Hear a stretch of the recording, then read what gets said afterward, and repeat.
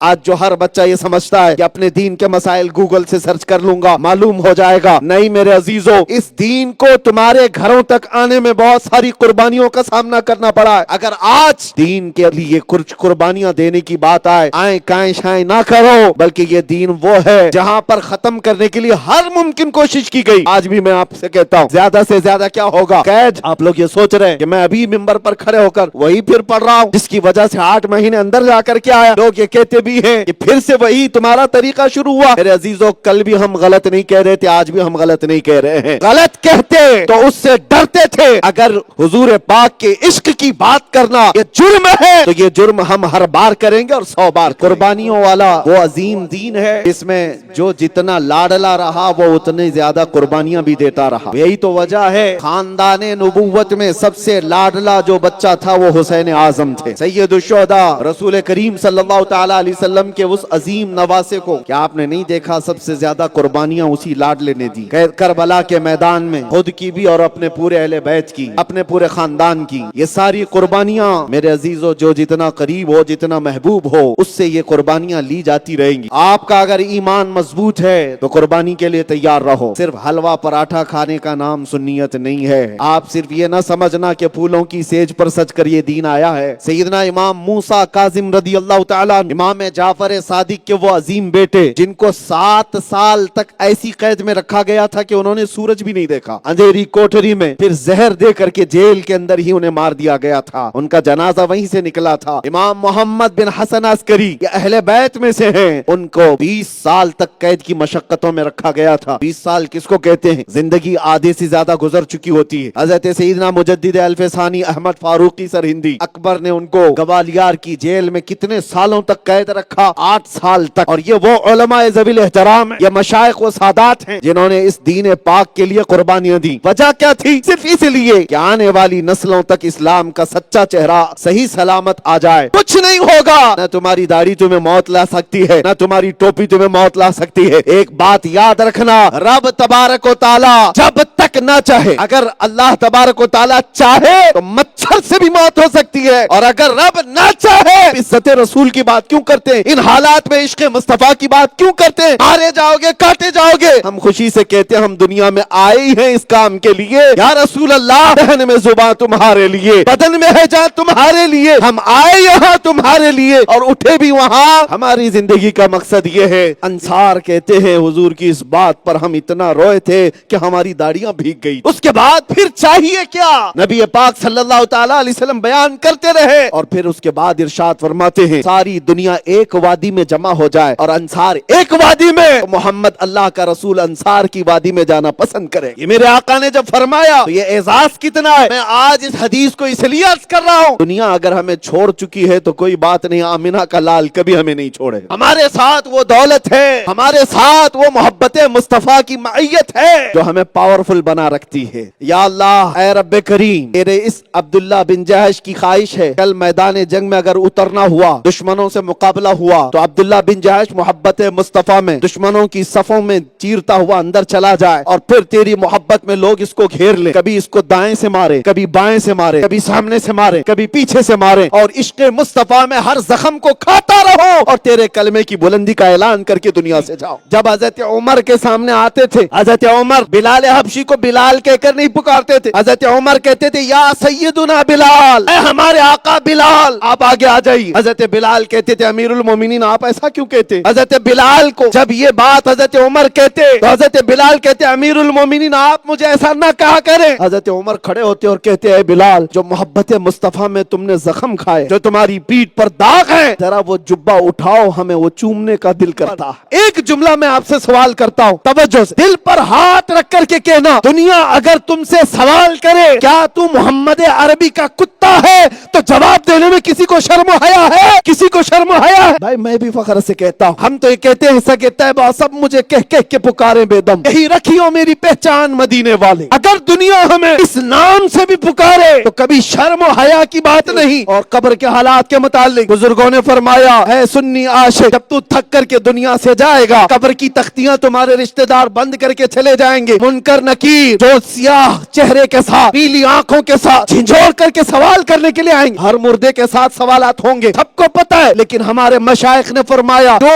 محبت مصطفیٰ میں دنیا سے گیا ہے منکر نکیر بعد میں آتے ہیں, محمد عربی پہلے تشریف لا. میرے آقا فرماتے ہیں میدان محشر میں تم دیکھو گے میرے کندھے پر ایک چادر ہوگی اور وہ کھسک رہی ہوگی, میں ایک ہاتھ سے اپنی چادر سنبھال رہا ہوں گا اور دوسرے ہاتھ سے اپنے محب کا ہاتھ پکڑ کر جنت میں لے جا رہا ہوں.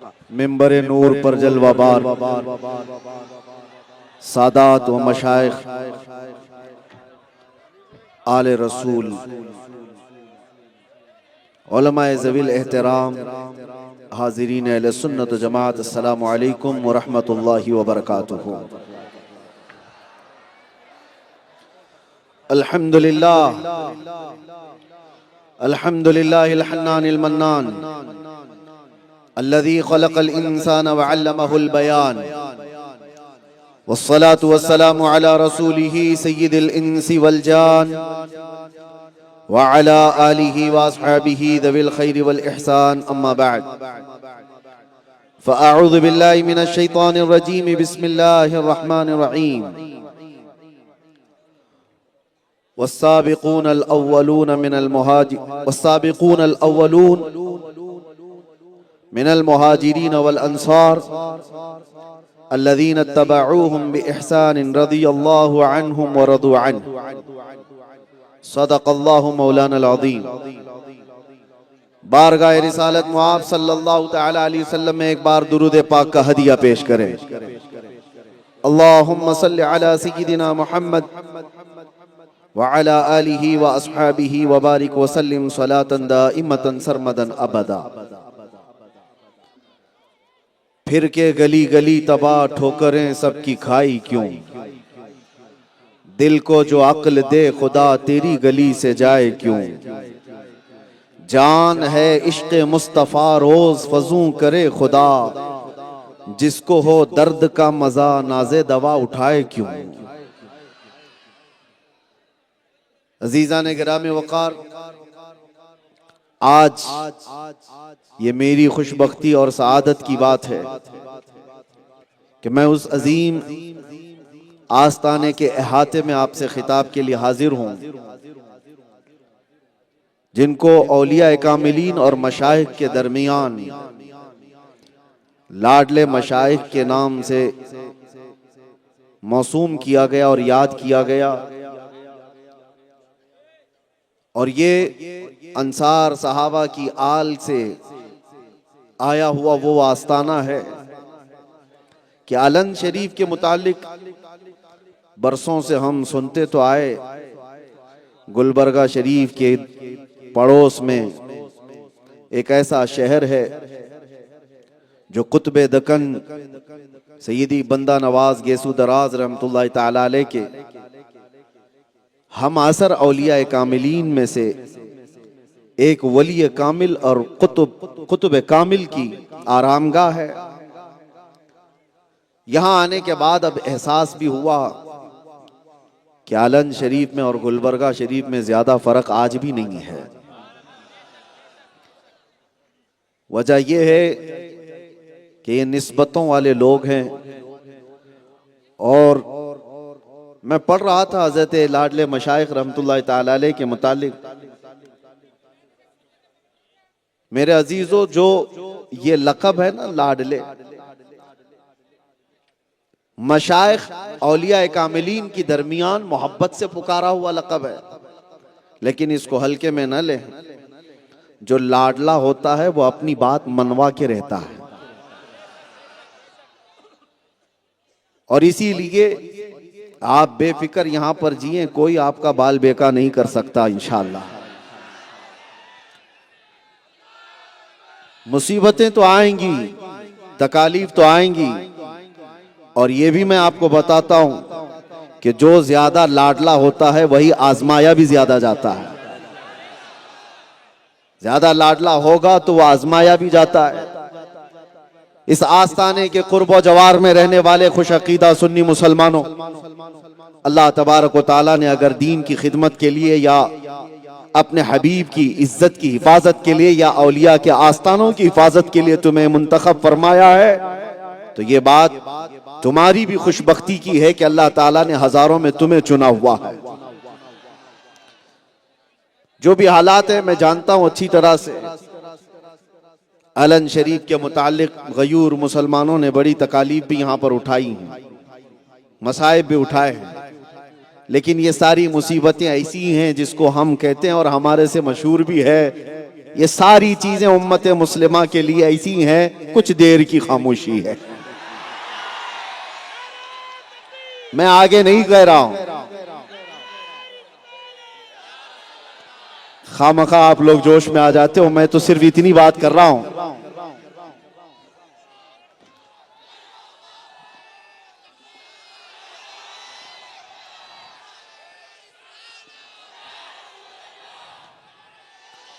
میاں یہ بات گھر والوں کو بھی کہی جا سکتی ہے، گھر میں زیادہ مصیبتیں آ رہی ہوں، گھر میں تکلیف ہو، راشن پانی کی قلت ہو، تو انہیں بھی صبر کے لیے کہہ سکتے ہیں کچھ دیر کی خاموشی ہے، اس میں کیا بڑی دقت کی بات ہے۔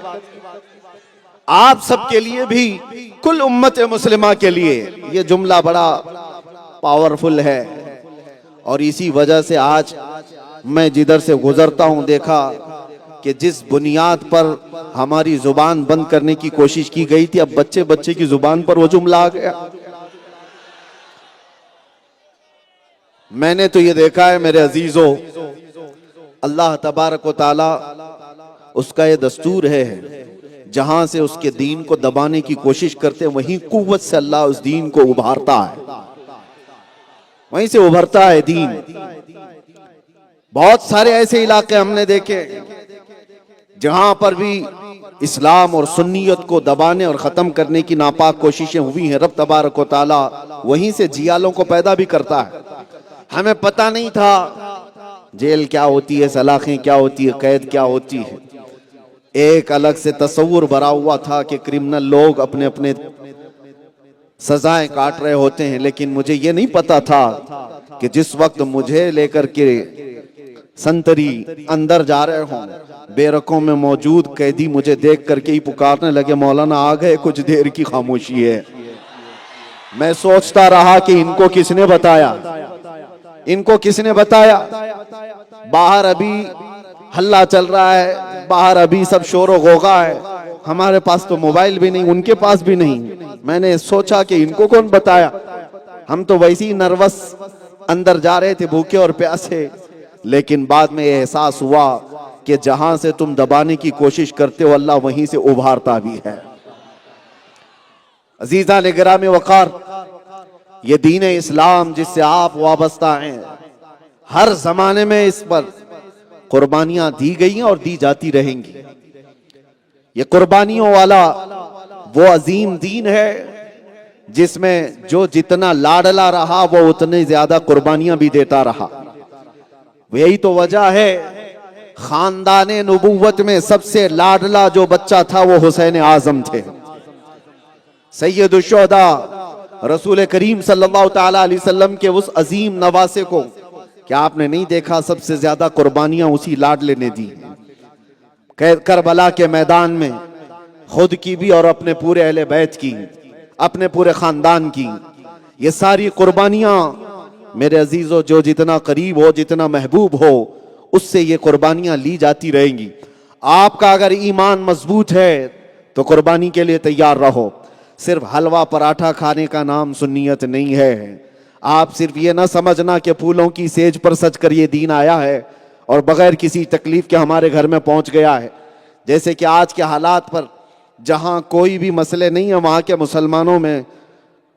مسلمانوں میں صرف اور صرف کھانے پینے کی وجہ سے چربی زیادہ آ گئی، اور وہ یہ سمجھنے لگ گئے کہ دین تو بڑا آسان ہے، ہمیں کوئی مصیبت آئی نہیں ہے۔ عزیزان گرامی وقار، یہ وہ عظیم دین ہے جو آپ تک پہنچنے کے لیے نہ جانے کتنی قربانیوں کا سامنا کیا ہے۔ آپ نے کبھی سنا وہ بلال حبشی رضی اللہ تعالیٰ عنہ کو مکہ کی گلیوں میں کیوں گھسیٹا کرتے تھے؟ گرم ریت پر ننگی پیٹھ کیوں سلایا کرتے تھے؟ اسی دین کو تم تک پہنچانے کے لیے۔ وہ سیدہ سمیہ جو اسلام کی سب سے پہلی شہیدہ ہیں، ان کی شرمگاہ پر تیر مار کر مکہ والوں نے شہید کیا تھا۔ عزیز، آپ نے امام احمد بن حنبل کو نہیں سنا؟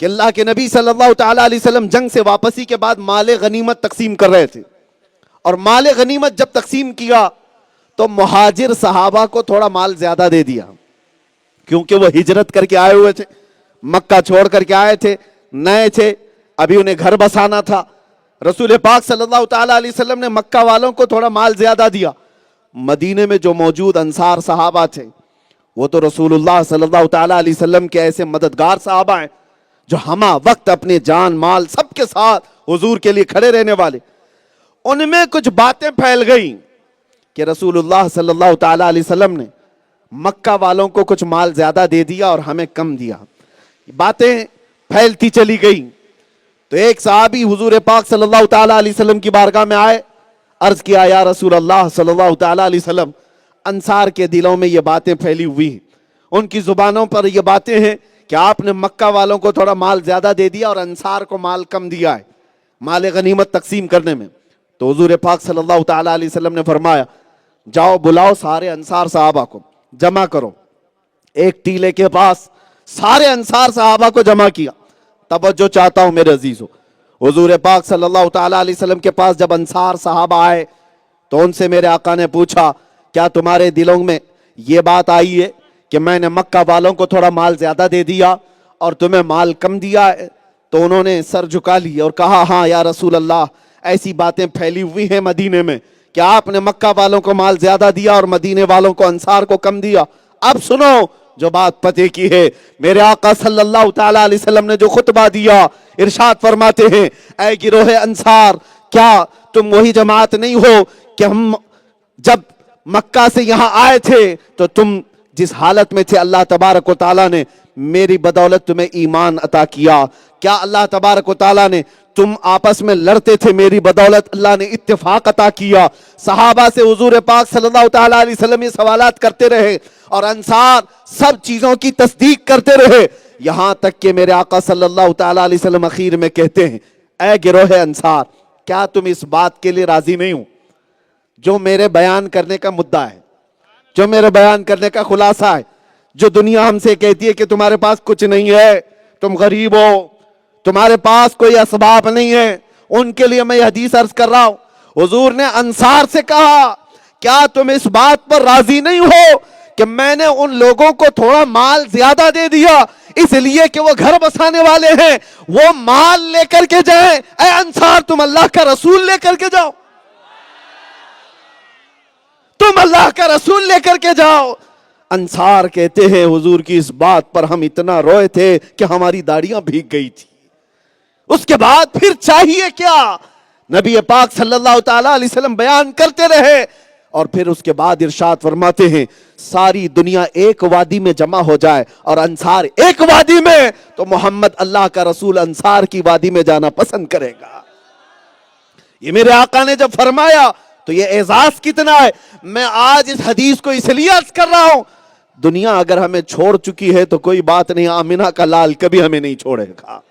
ہمارے ساتھ وہ دولت ہے، ہمارے ساتھ وہ محبت مصطفیٰ کی معیت ہے جو ہمیں پاورفل بنا رکھتی ہے۔ آپ کو کیا لگتا ہے کہ ظالموں کے بیچ جو بہت سارے، ہم ہی نہیں بہت سارے لوگ آزمائش کے شکار ہوئے ہیں، انہیں کون سی چیز مضبوط رکھتی ہے، کون سی چیز انہیں بغیر ڈرے رکھتی ہے؟ لوگ پوچھتے ہیں کہ 200 کے بیچ میں بھی کیسے چل سکتے ہیں، کیسے گھبرائے بغیر جی سکتے ہیں؟ میں آپ سے کہتا ہوں اگر تمہارے اندر یہ احساس ہو اللہ کے رسول میرے ساتھ ہیں تو دنیا کی کوئی طاقت تمہیں خوف زدہ نہیں کر سکتی، کوئی طاقت ڈرا نہیں سکتی۔ اس لیے ہمیشہ یہ بات یاد رکھو، رسول کریم صلی اللہ تعالی علیہ وسلم کی معیت کا احساس، حضور پاک صلی اللہ تعالی علیہ وسلم کی نظر عنایت کا احساس، یہ مسلمان کو مضبوط بنا رکھتا ہے۔ عشق رسول میں جینے والے سنیوں کے لیے یہ کلمات میں کہہ رہا ہوں، تم کبھی پسماندہ نہیں ہوئے۔ پسماندہ اس کو کہتے ہیں جس کا ایمان ہی نہیں۔ آپ پسماندہ نہیں ہوئے ہو، آپ کے پاس عشق رسول کی دولت ہے، تبھی تو ہر چور اور ڈکیت تمہاری طرف نظر جمائے ہوئے، تیری گٹھری تاکی اور تو نے نیند نکالی۔ اعلیٰ حضرت نے کیوں کہا ہے آنکھ سے کاجل صاف چرا لے یا وہ چور بلا کے؟ آنکھ سے کاجل چرانے کا مطلب کیا ہے؟